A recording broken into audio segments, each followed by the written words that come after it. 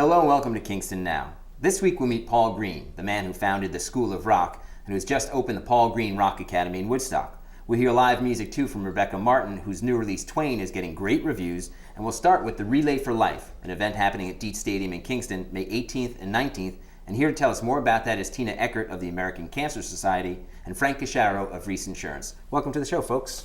Thank you. Thanks Tina, for I'm having going to us. start with you. What is the Relay for Life? Relay for Life is a signature event of the American Cancer Society. It started in 1985 with one man's dream that turned into a multifaceted event for the American Cancer Society. Teams, family members, survivors get together. We come together at a park or similar facility to walk relay style in memory or in honor of a loved one.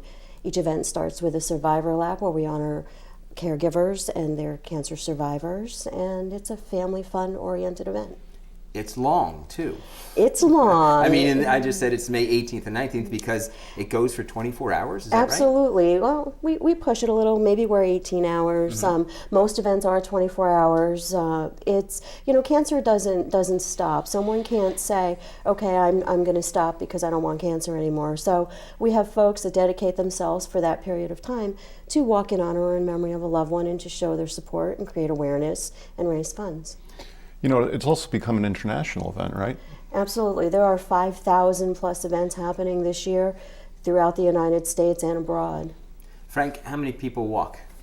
We usually have about 75 teams. 75 teams? Of at least 10 each. Uh-huh. So you're talking about 750 people, depending upon how many people the team has. They can be teams up to 30, 35 people. Oh, absolutely. So sometimes we have close to 1,000, maybe 1,200 people participating. Wow, and that's remarkable. And now, the event itself has been happening since the mid-'80s, you just said. How long has it been happening in Kingston? We're very lucky. Kingston will be 18 this year. Wow. So it's exciting. We have seasoned teams that have been with us since then, and we're looking for new teams. How does it work? Take me through the day. People come, they register Sure. either in advance. Well, actually, people can sign up now. Teams have formed now. Some teams start in October. Teams sign up. We have a website folks can go to. Register your team, register your participants. Some teams do fundraising in advance. Some just wait for the day of the event. And the team comes, sets up their campsite, checks in. Our cancer survivors and caregivers come, check in. We start with opening ceremonies at noon. A big, phenomenal hoopla for them and lunch afterwards, because that's who we're honoring. And then the event takes off with one team member walking throughout the entire event until 5:30 in the morning. 5:30 the next morning. The next morning, absolutely. So they walk the track, Frank? Is that how they do Yeah, it? they walk the track, but that's not the only fundraising that they do. I mean, fundraising for some teams starts right after relay ends the prior year, and they'll do bake sales, they'll do cocktail parties and dances and just about anything you could think of. There was a non-bake sale fundraiser where it's like, instead of buying a cake, just give us the money and save the calories and Let's skip the pretense and just And it actually was pretty successful, right? Absolutely. Absolutely. So tell me how the people they're doing fundraising probably as you said from the day after the event last year. Some of them. How do they do the fundraising on the day of the event? How does that work? Is it like per lap? How do people raise money? It's crazy fun. I mean, you can't imagine that we have one team bringing in a dunking booth. So if you want somebody to be dunked, that's the place to be on the 18th of May. Teams, they sell things. And they solicit individual donations as well. I mean, the idea is that each person who's walking does at least $100. Right. And you can ask family or friends, put out a coin jar. There's any different way that you could think of having somebody donate. Is there any kind of sort of friendly competition for the team that raises the most, or such things like that? Well, we have teams made up of small families and friends and businesses, throughout Kingston. So I think internally there is some competition between some teams. I mean, it's fun to compete, and it also gives people motivation, to raise more. Sure. Which is good. So, I mean, we don't foster a sense of fierce competition. Right. But we don't discourage it. Tina, where are we in the fight against cancer? I mean, this event started in 1985 and you're still doing it. I know you would love someday not to do it. Oh, absolutely. I mean, it's a great question because on May 22nd, actually, will be the American Cancer Society's 100th birthday. Wow. And we are the official sponsor of birthdays, fostering more birthdays. And we've taken cancer from something that was never talked about to something that is treatable, to something that's preventable. And within the next decade, we are sure, or actually the next century, cancer will be curable. I mean, it's our mission to put ourselves out of business. And until then, we have patient and family services. We want to be the first place someone calls when they're diagnosed. We've got a wonderful advocacy department and research department fostering 42 Nobel Prize laureates whose research has gone on to be significant in the fight against cancer. And every major known event that has sparked a cure for a certain type of cancer or a treatment, the American Cancer Society's funds have had our hands in that. So, we are making a difference. I mean, I like to say the ultimate goal of Relay is no more relays. Yeah, absolutely. Without a doubt. Where do the funds go that are raised? Do they go towards research specifically? Awareness? Is it a combination of? There's four major things that the American Cancer Society does: research, education, advocacy, and service. I mean, we help folks get well. We help folks stay well. We're looking to find cures, and we're fighting back by offering, legislative venues and events so people can become involved and fight with us. I mean, the Cancer Society had a lot to do with the smoking ban. Absolutely. The indoor smoking ban. One of our top advocacy triumphs. The event is just a short time from now. Frank, how busy is it for you getting the word out as the... Actually, the closer it gets, the less busy I am. It's earlier Lucky you. on. By about 2 weeks before Relay, everything's set. Well, it sounds like a great event, and best of luck with it, and thanks for stopping by today. Thanks for having us. Yeah, thanks so much. You're watching Kingston Now. Next up, it's live music on the set with Rebecca Martin.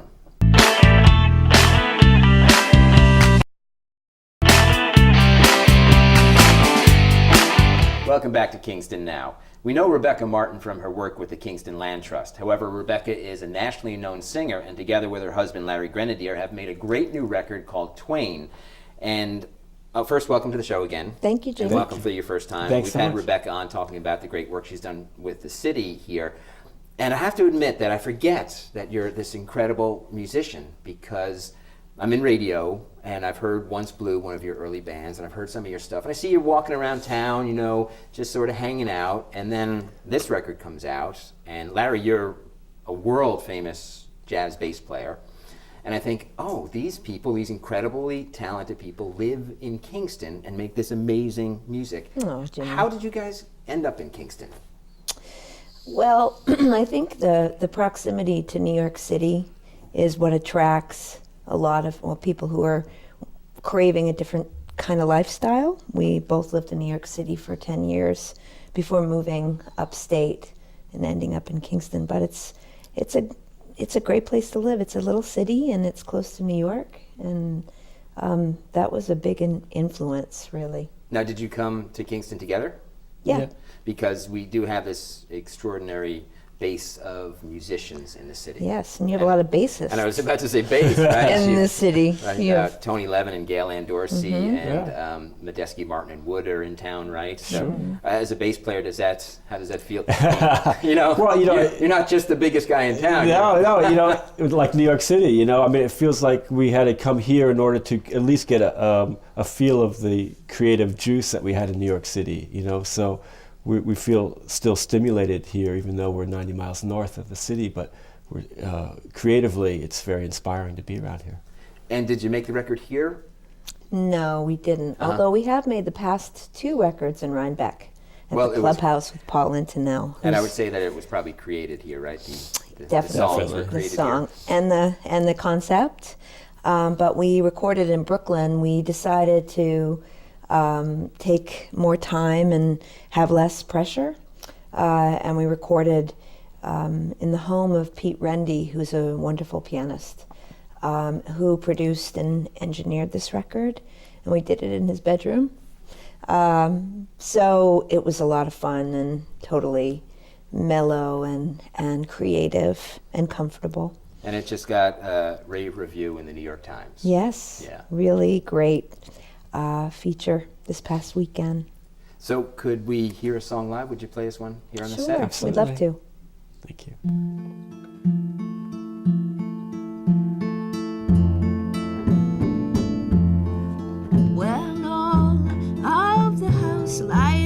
taken down. And all of the people there that traveled for hundreds of miles around to hear their songs fill the air, their beauty, the quiet and heaviness, the shadows they recall don't mean a thing at all.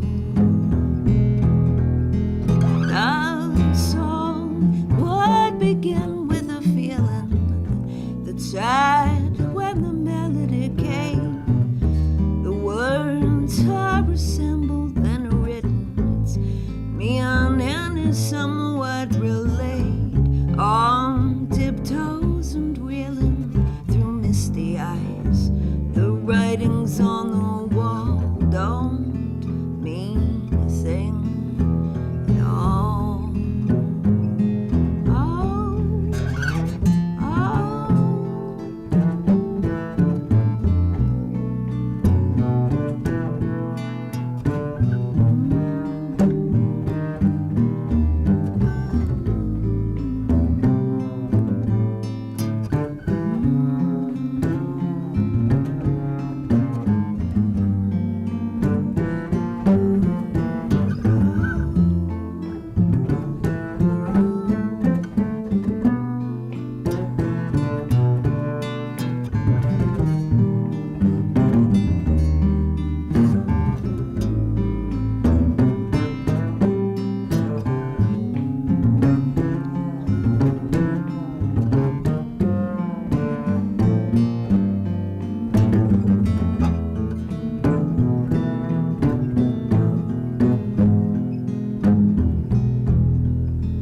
Before the night gets underway, your mind could change what once was true.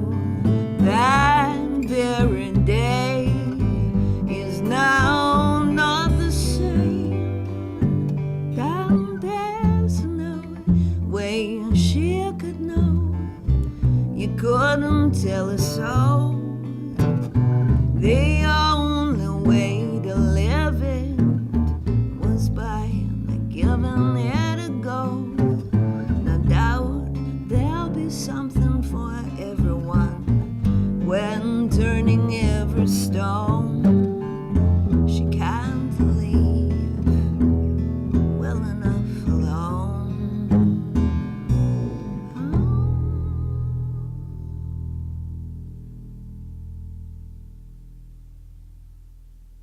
Rebecca Martin and Larry Grenadier. The new album by Rebecca Martin is called Twain. This is Kingston Now, and next up we'll meet Paul Green, the man who can teach your children how to be rock stars at the Paul Green Rock Academy in Woodstock.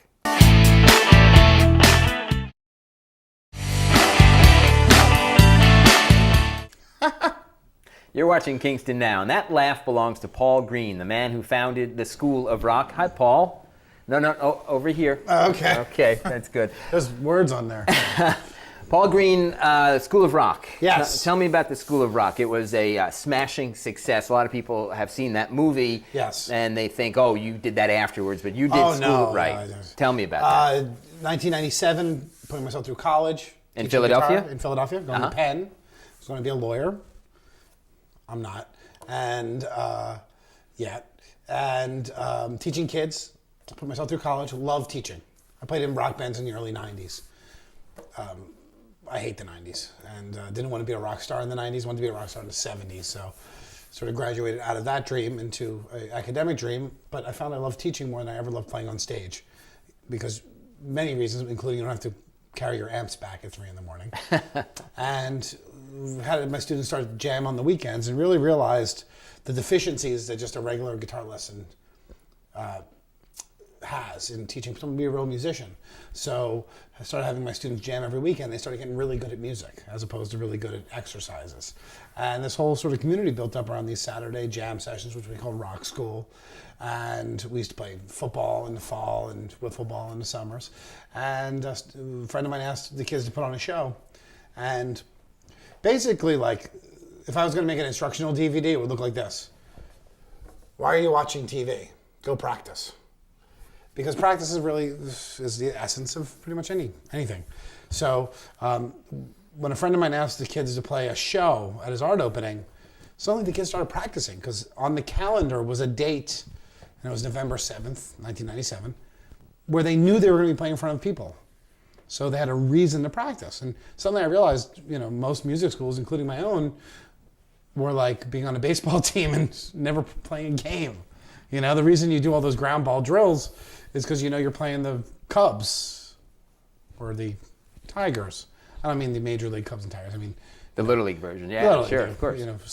Haps Hardware Cubs on a day. So suddenly by having something on the calendar, it makes all the difference. And then, the rest is history. We went and played that. Philadelphia Magazine came and wrote this big spread on us. What was funny is they wrote a spread on us before I even had a location.